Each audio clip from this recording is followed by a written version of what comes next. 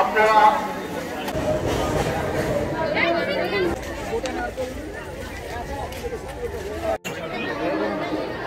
নমস্কার, আমি সুস্মিতা। ক্রিয়েটিভ আর সিম্পল লাইফস্টাইলে আপনাদের সকলকে স্বাগত জানাই। কলকাতায় এসেছি, দেখতে দেখতে একটা সপ্তাহ কেটে গেল। আর বাইরে দেখুন এখন কি সুন্দর ওয়েদার, বেশ মেঘলা মেঘলা হয়ে আছে, একটু হালকা হালকা ঠান্ডা ঠান্ডা, আর প্রতিদিন বৃষ্টি পড়ছে, তাই জন্য গরমটা একটুখানি কম। তবে ওই চিটচিটে ব্যাপারটা কিন্তু একদম কমেনি। সকাল সকাল আমার বর এনেছে আমার প্রিয় একটা ব্রেকফাস্ট। কত দিন যে এই ব্রেকফাস্টটার লোভে রয়েছিলাম কি বলবো। আসলে এই বাইরে থেকে আসার পর সঙ্গে সঙ্গে যদি একটু বাইরে খাবার খেতে ইচ্ছে করলেও শরীর তো পারমিট করবে না, তাই জন্যই একটু ওয়েট করছিলাম। আজকে ভাবলাম যে চলো একটুখানি যদি কিছু খাওয়া যায়। তো একটুখানি আমাদের বাড়ির সামনেই আশীর্বাদ বলে একটা মিষ্টির দোকান আছে, সেখানে খুব সুন্দর ডালের পুর হয়, ডালের পুরি, আর সে সাথে একটু আলুর একটা তরকারি হয়, ভীষণ সুন্দর। আর জিলাপি আমাদের ওখানেও খুব ভালো পাওয়া যায়, কিন্তু ওখানে তো সব ফ্রোজেন। আর ফ্রোজেন ছাড়াও বলবো দেশের একটা স্বাদ তো থাকেই। তো গরম গরম বেশ জিলাপিটা খাওয়া হলো, ওটা যে আমার প্রাণ জাস্ট ভরে গেছে। তারপরে চলে এসেছি আমার আলমারিটাকে একটুখানি দেখতে। আলমারি খোলার সাথে সাথেই একটা পুরনো দিনকার একটা গন্ধ পুরো আলমারি ভরে রয়েছিল। কত সুন্দর সুন্দর শাড়ি জামা কাপড় ছিল, যেগুলো একটা সময় আমি পরতাম, এখন সবই স্মৃতি। সমস্ত জামা কাপড়ের মধ্যেই একটা দারুণ জিনিস পেলাম, আমার ছেলের ছোটোবেলার সব মানে স্কুলের বই, আই কার্ড, তো সেগুলো সব যত্ন করে রেখে গেছিলাম। আমার ছেলে যখন এখানে ছিল তখন 3 বছরে আমরা ওকে একটা ছোট বাচ্চাদের স্কুলে ভর্তি করেছিলাম। তো সেখানেও যে সব পড়তো সে সমস্ত বই, আই কার্ড সবই রয়েছে, এখন সবই স্মৃতি। পুরনো জিনিসের আনন্দের একটা স্বাদ, একটা সুন্দর একটা গন্ধ, সেটা সত্যি খুবই ভালো লাগে। এই ডায়েরিটাতে অনেক রান্না লিখতাম জানেন, কিন্তু এছাড়াও যেটা আমার সবথেকে প্রিয়, আমার ছেলের আঁকিবুকি কাটা, প্রথম হাতের লেখা। তেড়া বেঁকা হলেও তার মধ্যেও যেন কত সুন্দর, কত ভালোবাসার ছোঁয়া আছে, কত স্মৃতি। এই ব্যাগ, এই বই, এই খেলনা, এই সব কিছুই আমার ছেলের স্মৃতি আমার মনের মধ্যে বহন করে আসছে। এখন নতুন করে আবার পুরনো জিনিসটাকে দেখে মনটা যে এত ভালো লাগছে কি বলবো। আর ছেলের এই মিষ্টি হাসিটা দেখতেও যে এত ভালো লাগছিল। তো পুরনো জিনিসের একটা আলাদা একটা মাহাত্ম্য থাকে। কথায় আছে না, ওল্ড ইজ গোল্ড, সত্যি তাই। পুরনো স্মৃতি আমাদের মনকে অনেক অনেক শিখিয়ে দেয় যে একসময় আমরা কীরকম ছিলাম, কতটুকু জানতাম, খুবই কমই জানতাম, খুবই কমই আমাদের অভিজ্ঞতা ছিল। কত ছোট ছোট জিনিস ছিল, আগে আমরা হাতে লেখা লিখতে পারতামই না, এখন লিখে আমরা একটা বই উদ্ধার করে ফেলছি। এই অ্যালবামটার মধ্যে ভর্তি ছিল আমার ছেলের ছোটোবেলা যখন জন্মেছিল, সেই তখন থেকেই মোটামুটি ওর জন্মের 1 বছর 2 বছরের ছবিগুলো পর্যন্ত আছে। ভাবলাম এটা নিয়ে যাব, তাই জন্য এটাকে বার করে রেখেছি। আর দাদার জিনিস মানেই তো বোনেরও জিনিস। দাদার স্মৃতির পাতায় খালতা উল্টাতে উল্টাতে বোনও একটু দেখে নিচ্ছে। অবশ্য এখনও কিছু বুঝবে না, সবই ওর কাছে নতুন। সেই সব দেখতে দেখতে ছেলের মুখের এই হাসিটা যে আমার কি ভালো লাগছে, আমাদের সবারই মানে খুবই ভালো লাগছে এই মুহূর্তটা, সময়টা কাটাতে।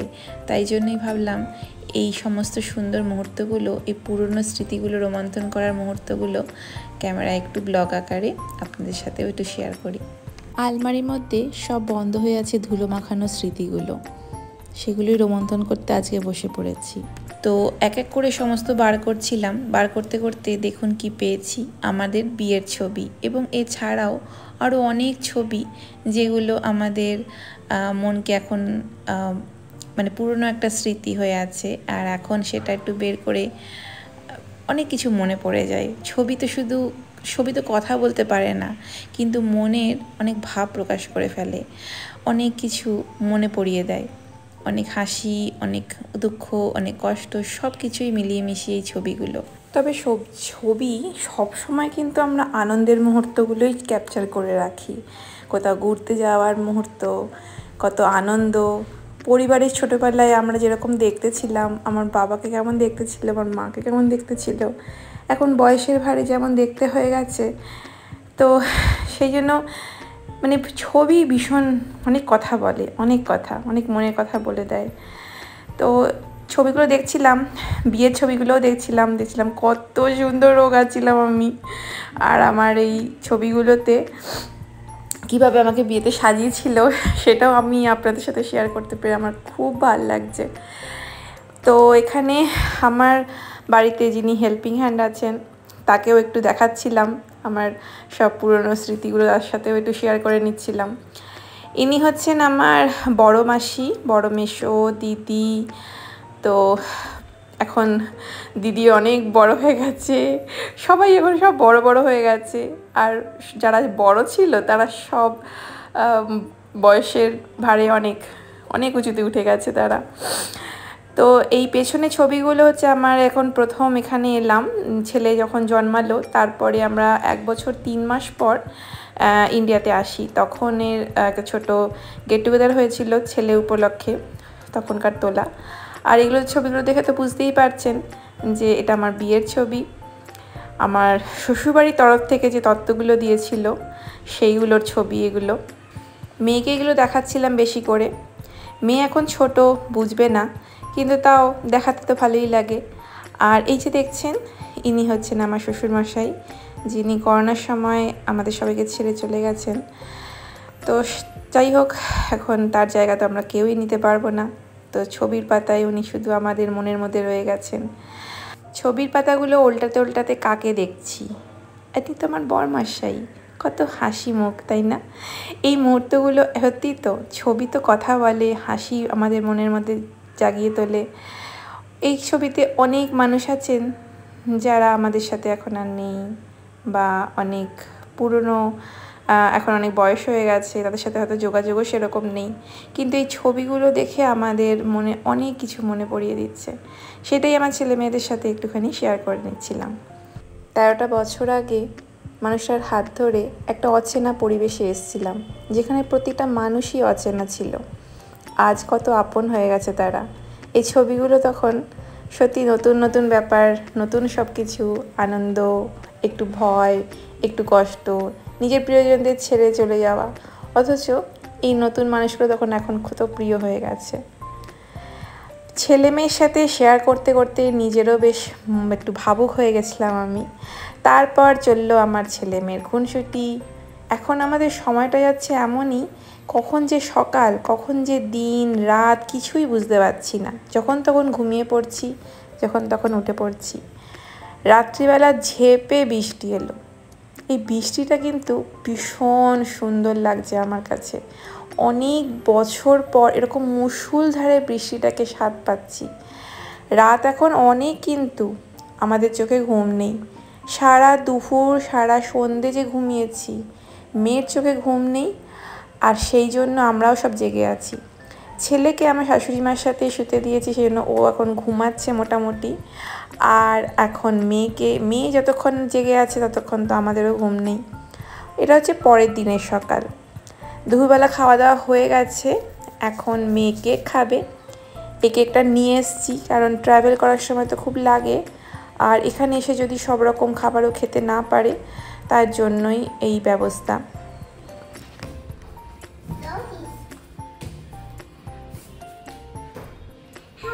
হ্যাঁ, এসে গেছি। সিঁড়ির মতো পাহাড় পর্বতে গিয়ে আমি এসে গেছি। এবার আমরা চান করবো। 10টা 10 বাজে, 10:20। এটা অরেঞ্জ। আচ্ছা, তারপর কি করবো? দাদার জিনিস হলো তো, ছোটদার জিনিস, তাই না? চল এবার আমার চালা বাড়ার সাথে সাথেই কি জোরে বৃষ্টি পড়ছে।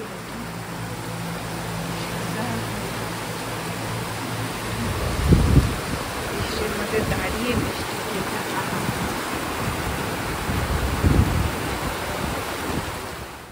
বৃষ্টির আওয়াজটা শুনতে শুনতে মনে পড়ে গেল ঠিক বিয়ের আগে জানেন এরকম যখন মুষলধারে বৃষ্টি পড়তো তখন না এরকম জানলা ধারে বসে আমি আর মা মিলে কত যে গল্প করতাম।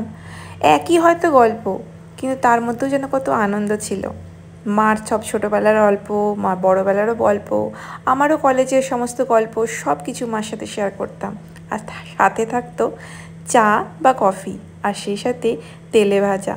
কী যে দারুণ একটা মুহূর্ত ছিল, সত্যিই খুব মিস করি সেই সময়টা। পরের দিন জানেন সন্ধেবেলা কি তাড়াতাড়ি মেয়ে ঘুম থেকে উঠে পড়েছে, তাই ভাবলাম এটা সদ্গতি করলে কেমন হয়।